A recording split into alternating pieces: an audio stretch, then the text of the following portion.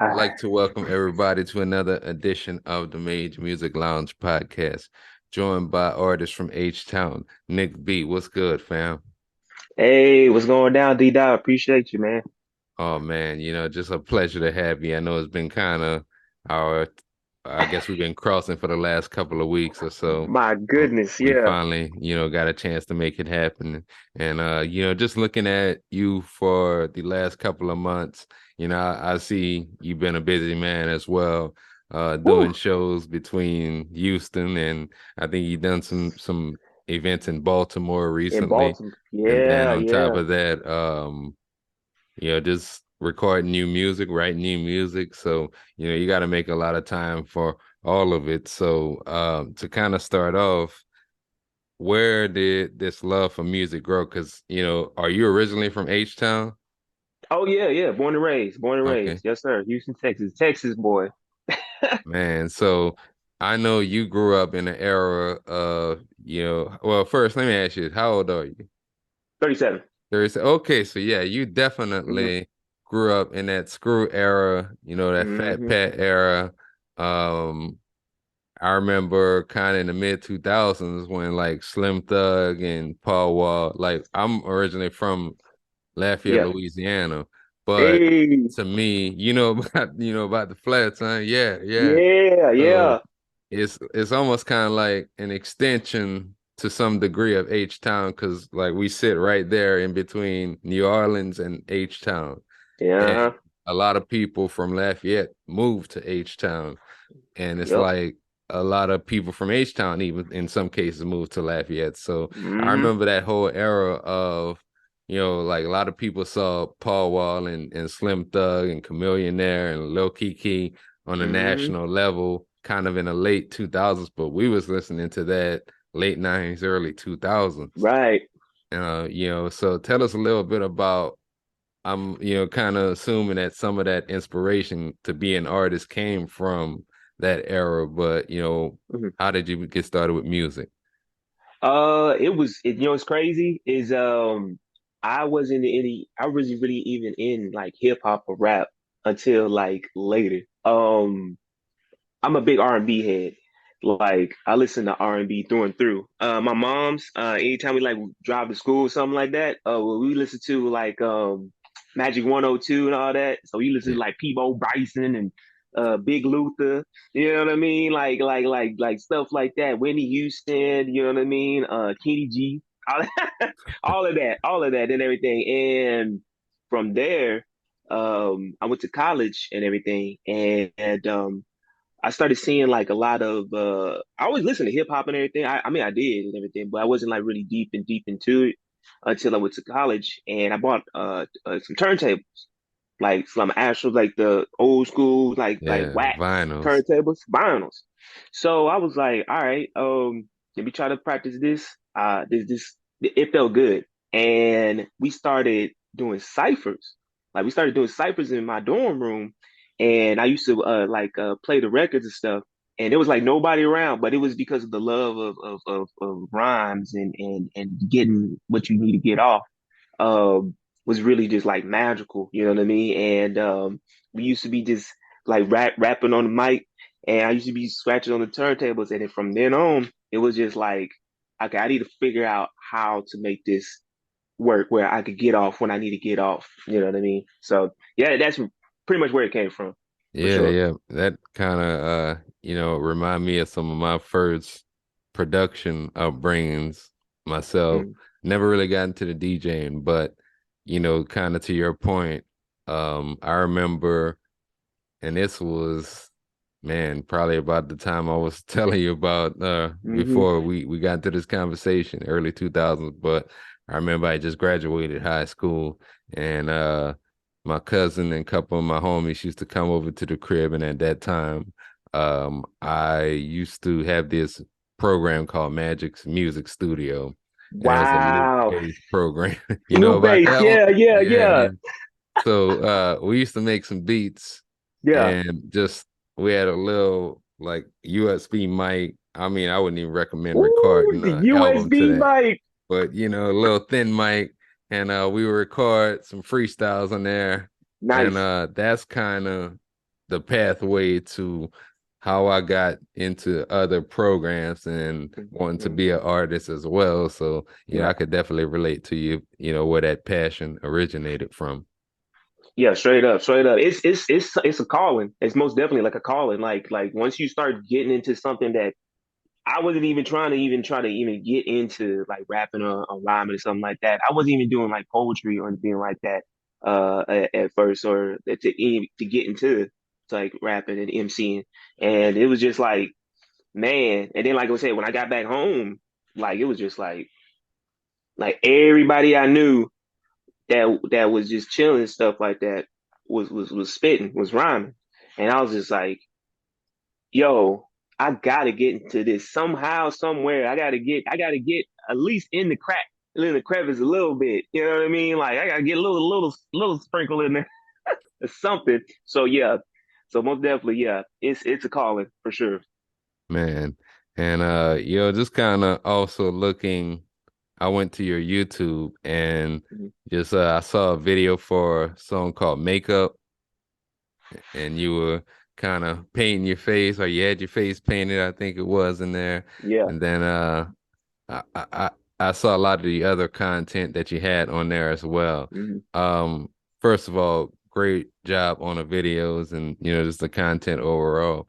But how is it how important is it for, no matter if you're producing, no matter if you're artist, to create content as far as being kind of an extension of the music, because your music's gonna be in one place, but you got to have Hmm. something there besides the music Ooh. to keep all your audience engaged. Ooh, oh yeah, you hit the nail on the head for sure. Because like I remember for a time, like I really kind of got it set aside about like getting content and then like slicing it out and stuff like that. As far as just like not even just music videos, but just like content in general, so people can stay up on like I'm out here. You know what I mean? Like I'm out here. Yeah. I'm out here speaking the gospel. You know what I mean? Like I'm out here. And I started to I took a hiatus. You know what I mean? It wasn't a hiatus voluntarily. It was just like life, to Yeah, put it yeah. simple.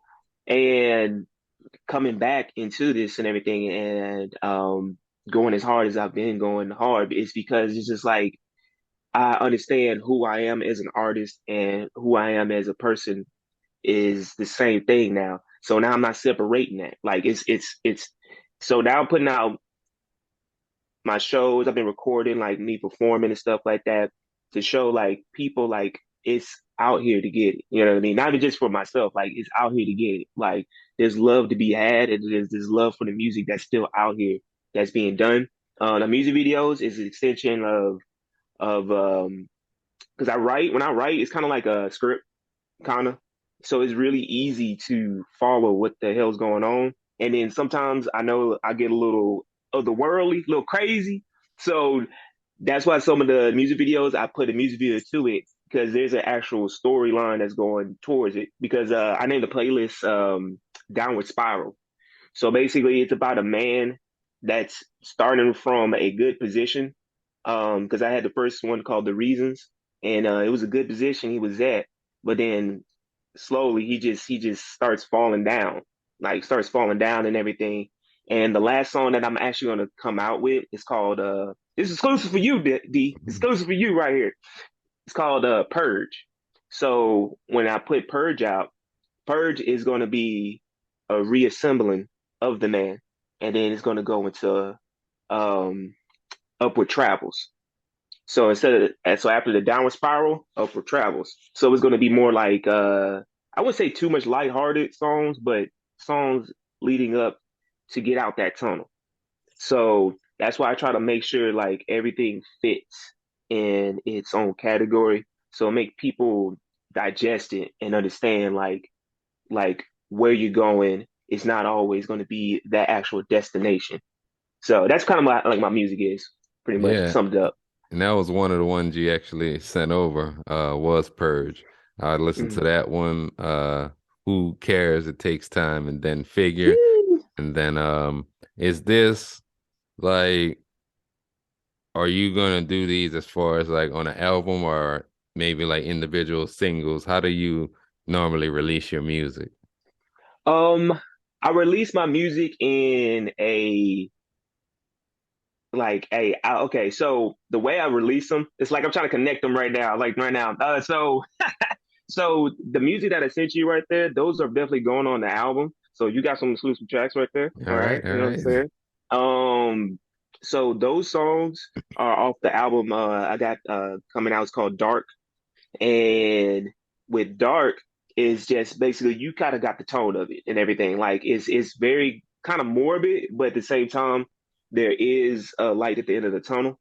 Um, just recently, I had somebody that I knew that I ain't trying to bring the mood down, but he recently took his life. Maybe like 3 days ago, 3 or 4 days ago. I'm sorry. And yeah, appreciate it, man. And the song "Who Cares? It Takes Time."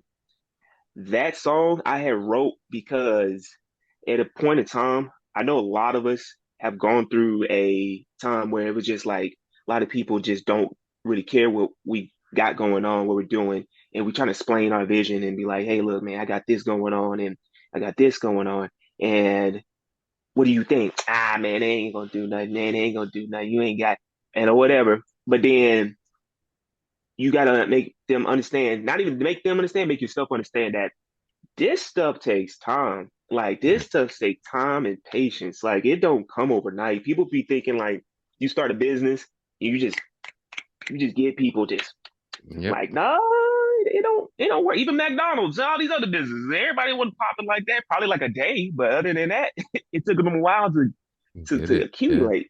Yeah, so that's the second part. It takes time. So that's why I'm so like at the beginning of the Who Cares. That's why I'm just kind of like low and just like, man, I really don't care. That's why when it takes time comes in, I'm like really like hype and like, okay, I need to get up out this slump.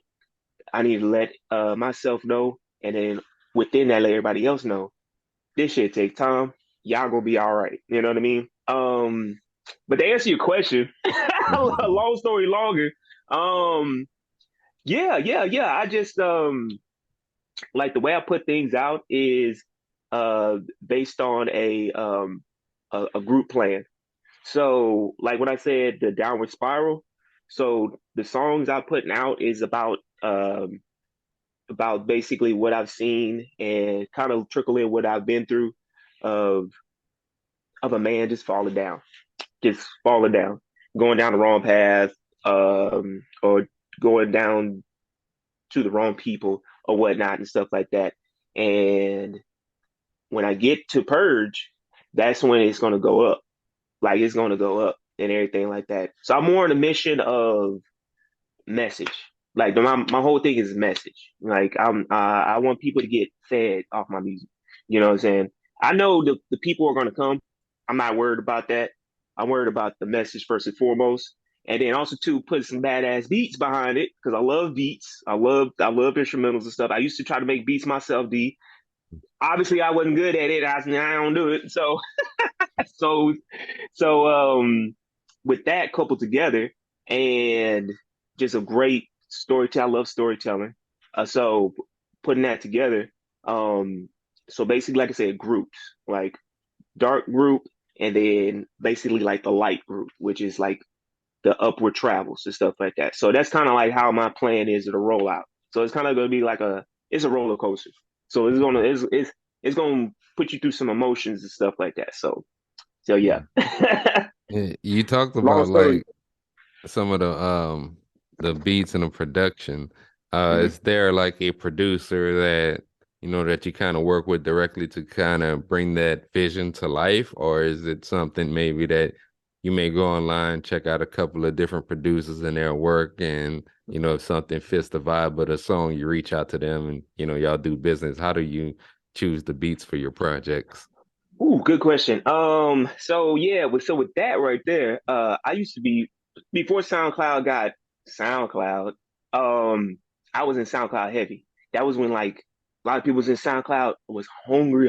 I'm talking about hungry, like putting out like they was going to get signed immediately the same day, like the type of like instrumentals and beats that they were putting out. So I was searching back then and everything, and I found like a couple of good artists that beat makers that was killing. What you call it? I might be butcher his name. Kade Sweat. Um, who else? Slay. Who else? What you call it? Dang. This, of course, I forget their names, but several like beat makers, like I actually got in touch with, and I was just like, got a good rapport, and was just like, okay, like the vibes that y'all doing, a lot of the stuff y'all doing, it really matches the kind of vibe that I'm going on right now. So to this day, I actually keep in touch with them, and more than likely, I'll check what they got going on and stuff like that. Like you said, go on SoundCloud or just hit them up. So I don't have a wide range of artists. I mean, of beat makers, only because I'm trying to stick with a certain sound right now. And I'm trying to overload myself and this going this which way, and then mess up my whole sound. And then I'm like, oh shoot, okay, well, put these songs in. So I'm trying to I'm trying to keep it like that. So keep it like that. So right now I've been working a lot with Kade. Yeah, he's actually a lot of his the singles that I have, he produced. Who cares? It takes time. He produced that. Um, Makeup. He produced that. Um, Let me see. Oh, who else is Risey K? They call him the Raisin Man. I don't know, but he did a couple of beats also too. Co-producer.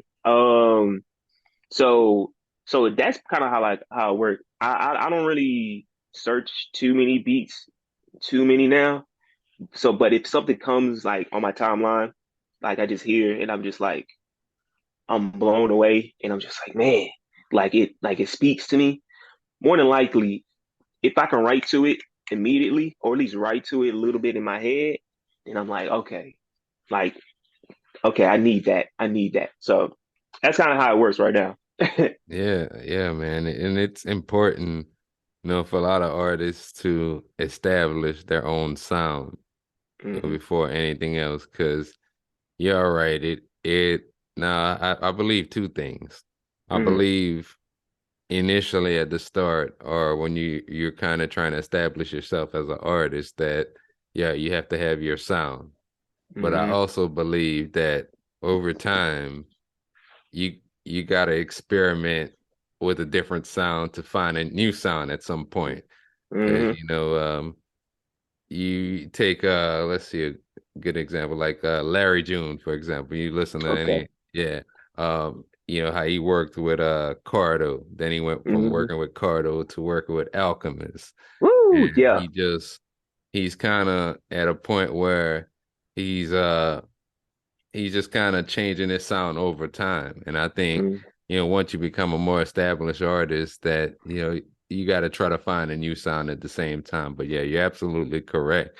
Hmm. And, initially at the start, or, trying to, because even like Kendrick Lamar, you go back to some of his music before he became, a major Section 8, artist. yeah, Yeah, all that and Section everything, 8. yeah. He had a different sound back then, but then once he Hmm. went mainstream, he started working with different producers, Yep. and these labels, they're gonna ask you for, a certain sound to cater to a certain audience. So you Hmm. gotta kind of all make those moving parts work together. Got shift. You gotta shift, man. Um, what you got on deck as far as, for the rest of 2023? I know you talked about, oh, actually, before we get into that, What's um, up? tell us a little bit about some of the shows that you've done, because I saw you done a lot of performances, and then Yeah. even like recently, correct me if I'm wrong, but I noticed you did this. It was almost kind of like a single performance, but you were kind of in a private setting. They had a mic. Yeah, Oh, yeah. I know you're talking about the circle Yeah, chair sessions. yeah, Okay. I've kind of done some stuff like that too. And for me, like when I do the performance videos, it's actually something that I've thought about for a while, but it's different than, of course, doing just a straight up music video. And at the Hmm. same time, you collaborating with, whether that's with another video director, or, I don't know, Mm, maybe if it's a video studio that you might go to as well. But hmm. um, because I know there's some places out here in Dallas that some of these creators, they're video directors, but they have their own private video studios. So Right. they do these like they have a mic and you can go and it's like a Hmm. performance video. And I've Right. done like two of those recently, in fact.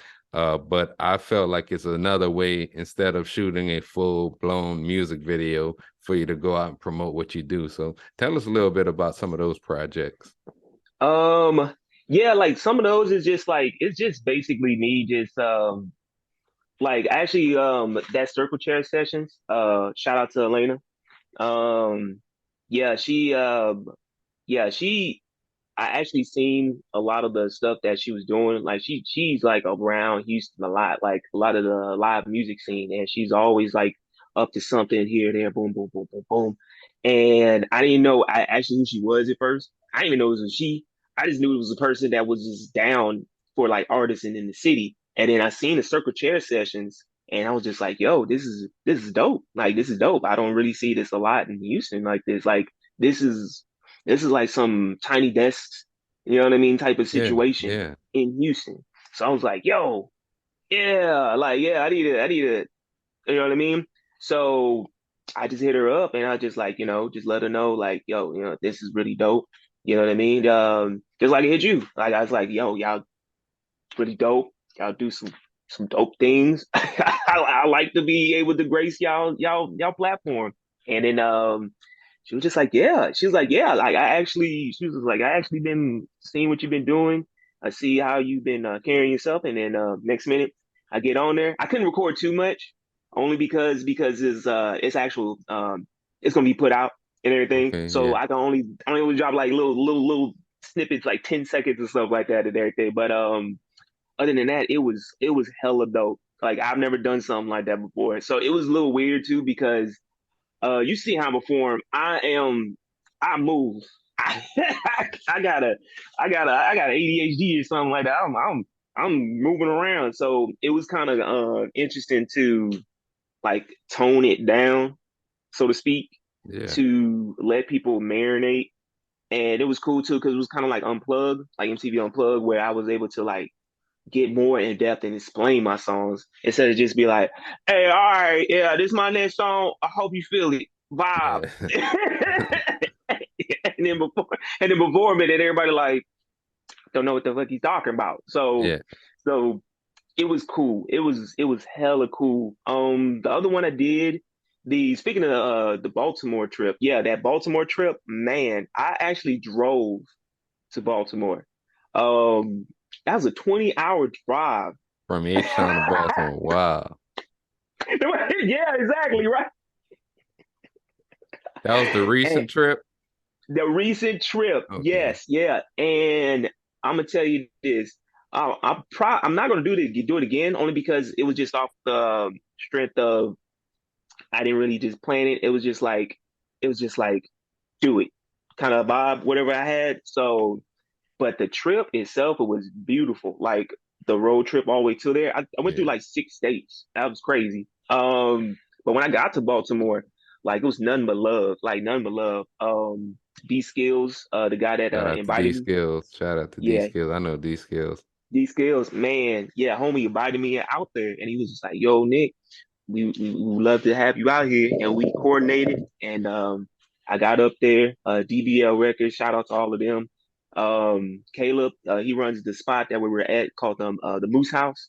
Um, it was on some like 8 mile, like some 8 mile, like you know what I mean, like grimy hip hop type stuff, and I loved every bit of it because like I don't really get a lot of that like in Houston like that. Yeah. So I was like a deer in the headlights because I was like, yo, and the whole time I'm sitting here like, yo, this is like I was like I was turning into that little kid, that little black kid from the hood that just wanted to be somebody. And when I was there, it was just like I was like a kid in a candy store. Before I had got up there and everything to do my thing, um, like not everybody expected me to do like do what I was going to do, whatever, and which is expected because I did look like I was about to shuffle some hay over my shoulders or something. So so but when I got up there, it was nothing but love. It was nothing but love. Like I got up there off like 2 hours of sleep. I said, fuck it. Let's go. Let's go. Like, let's go. Like, I'm not gonna come drive all out here to be a bum. Like, Yeah, so I got up there, did my thing. It was wonderful. Like everyone that performed, let me tell you, D, fire. Everybody, like every artist that performed, fired on hitters. And I'm like, yo, this is what like a concert, a performance, like is like about. So it was a beautiful thing. Like I said, shout out again to D Skills, Black Shocker. Yo, Black Shocker. Oh man, that dude's an animal, man. Like I finally actually got to meet him in person and stuff like that. Animal, you know what I mean? But yeah, yeah, that was cool. That was cool. I'm gonna forever have that etched in my memory. man. It's just amazing though. I want to go, to some event similar to that, on the East Coast, because you spoke on it. I mean, in the South, and it's not to say one way is right or wrong. We just move Right, differently in the South. right.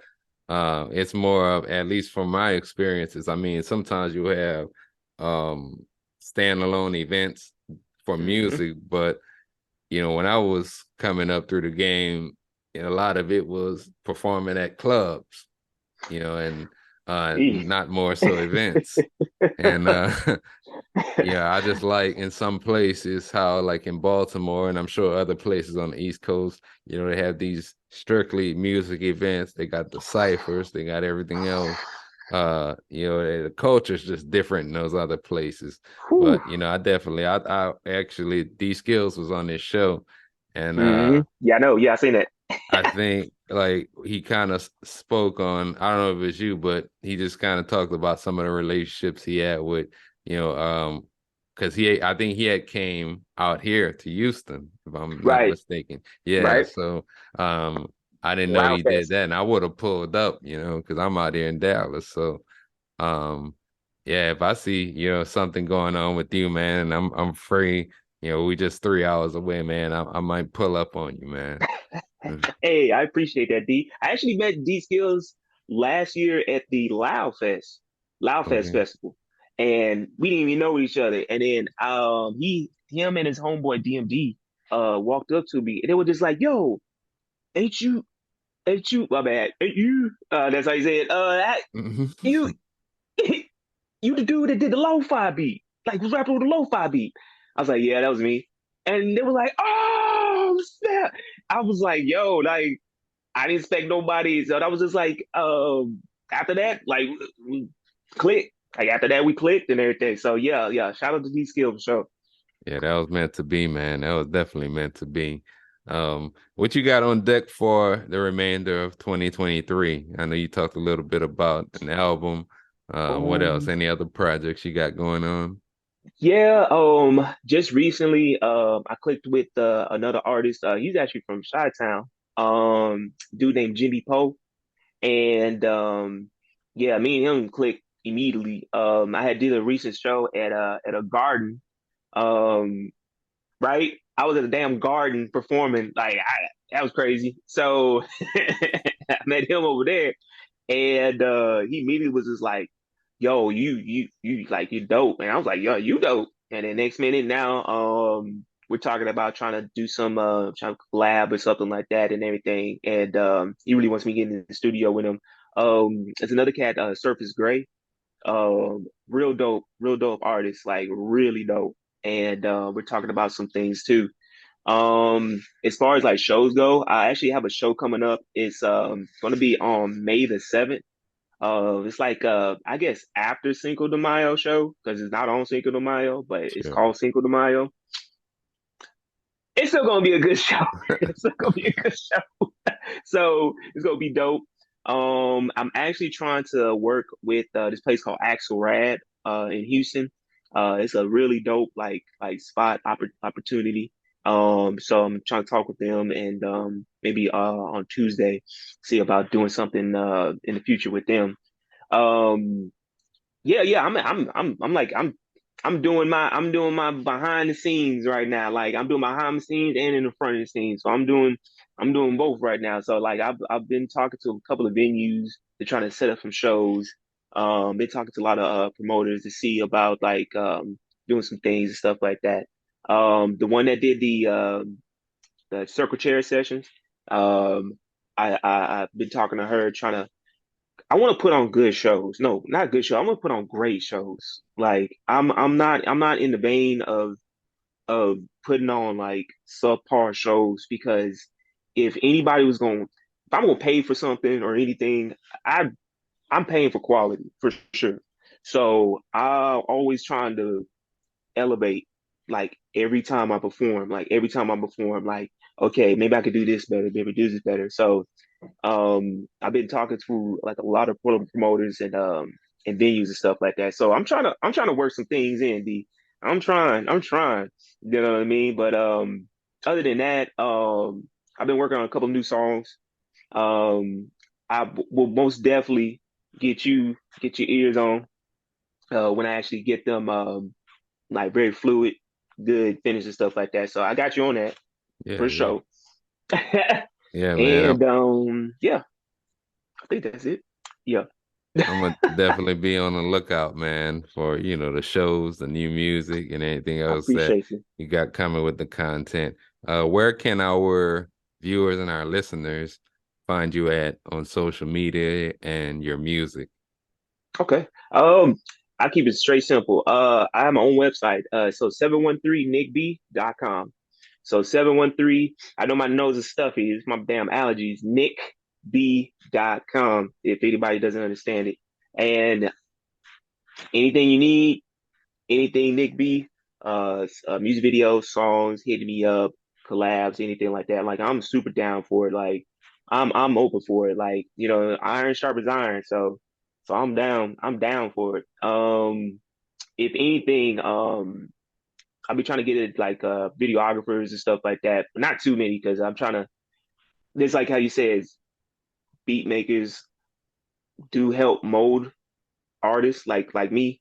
So I'm trying to not to do too many videographers because the ones I have, they are helping me mold my music videos. So I'm not trying to do too much of that. But Yeah, yeah, yeah.